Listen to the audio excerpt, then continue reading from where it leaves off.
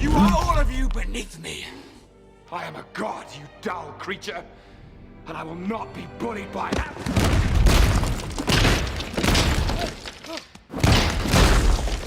The One Piece community is currently facing a major dilemma. This is all because of the introduction of a new faction, the God's Knights. Specifically, the introduction of the leader, Saint for Garland Garling. His appearance alone has an entire fan base shaking. You might be asking who that fan base is, and it's none other than the Mihawk fans. Unsure of what to make of this new character, is he a swordsman, and is he stronger than Mihawk? Those are the questions I'm going to try my best to answer in this video. Firstly, who are the God Knights, and are they a force we readers actually need to pay attention to? Because for all we know, they just might be another Toby Roppo group that only lasts like one arc, and they don't really mean anything. Like, let's be honest, who's sitting here thinking of who's who?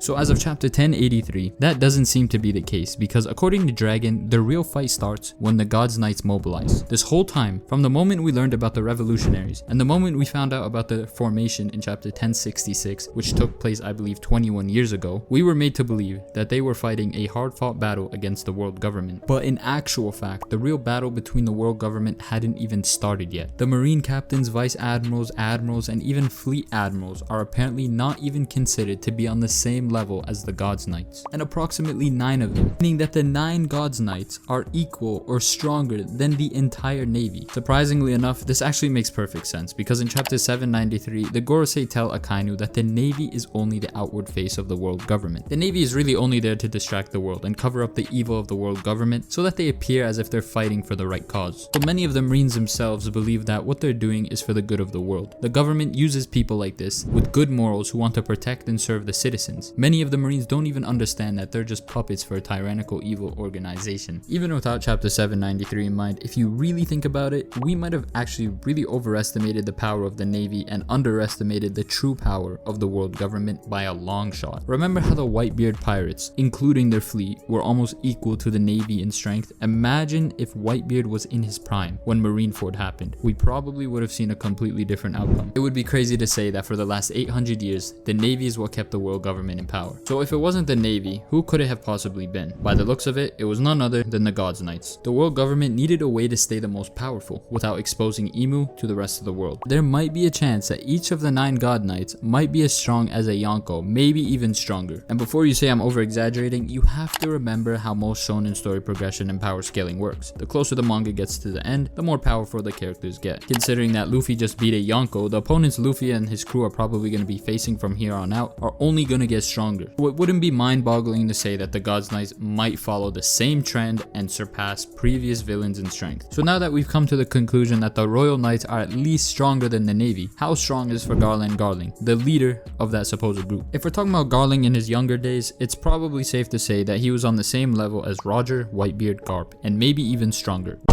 Wait, before you throw your hands in the air, and just remember, Garling is said to have been a dominating figure who once distinguished himself at God Valley. To be able to distinguish yourself in a battle as crazy as the one that happened on God Valley, that had all the strongest characters on one island, you sorta have to be like near the same level as them. So I have no doubt that Garling was throwing hands equally with the best of the best on that day. And I think it's safe to assume that God Valley may have been way more complicated than just Roger and Garp defeating the Rocks Pirates. A part of me is thinking that it may have actually been the Royal Knights, and specifically Garling, who caused the island to disappear off the face of the planet. Only because it was confirmed when Emu destroyed Lelucia Kingdom, it was the first time he had ever used that weapon, which could mean somebody most likely destroyed the island that wasn't Emu. Considering what Sengoku said in 957 about the island and the records of the Rocks Pirates disappearing without a trace, it becomes more obvious that the world government had something to do with it. So for the sake of the video, Garling when he was younger was at least as strong as a Yonko, but Oda made it clear that Garling is an old man, probably around the same age as Garp and Rayleigh. So if the usual One Piece trend applies when characters reach old age, he's probably not as strong as he used to be. I'm honestly unsure how strong he is, so for now I'm currently gonna say he's as strong as current Garp, who I believe is equal to Fujitora and Green Bull. So what actually struck me about Garling is that I noticed he wasn't included, or many people noticed, not just me, but he wasn't included in the Royal Knight silhouette from what it looks like, meaning that there are actually 10 knights and he probably isn't the strongest exist anymore. So the real question we really should be asking is how strong are the other 9 royal knights, and are they swordsmen? As I said before, I think each of the 9 are at least Yonko level, but even if not all 9, even if it's like 3 or 4,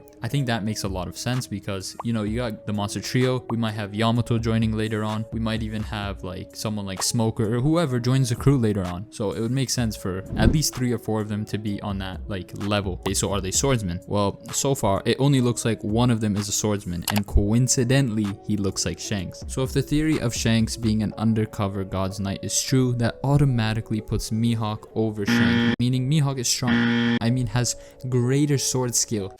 Now, if it's not Shanks and is actually his long lost brother or something, then only time will tell how strong that person is. Until Oda gives us a little more about the knights, it's really all speculation. If it's true that there's someone on the red line who has greater sword skill than even Mihawk, then you can always use the Mr. Morge interpretation, where he says that Zoro's real goal actually is greater than that of being the world's strongest swordsman, because in chapter 5, Zoro not only says he wants to be the world's greatest swordsman, but he also says he wants even the heavens to know his name, which this does work because Marijois is considered the land of God, so one could say that Marijois symbolizes heaven, and Zoro's real goal is to be acknowledged by the ones who rule the heaven, aka the Gorosei, God Knights, and even Imu. And then at that point, it doesn't really even matter if the Royal Knights are stronger than Mihawk, and we really wouldn't even be having this discussion. As of chapter 1086, when I make this video, we still have to remember that Oda has yet to have Mihawk use the name attack. We still haven't gotten an explanation for Mihawk's eyes and like Imu's eyes and how they're connected and what the significance is of that, and what the significance of a black blade is. So to conclude, Mihawk is still the world's strongest swordsman for now. Let me know in the comment section down below how strong you think the Royal Knights will be. Make sure to like, subscribe, and I'll catch y'all in the next one. Peace.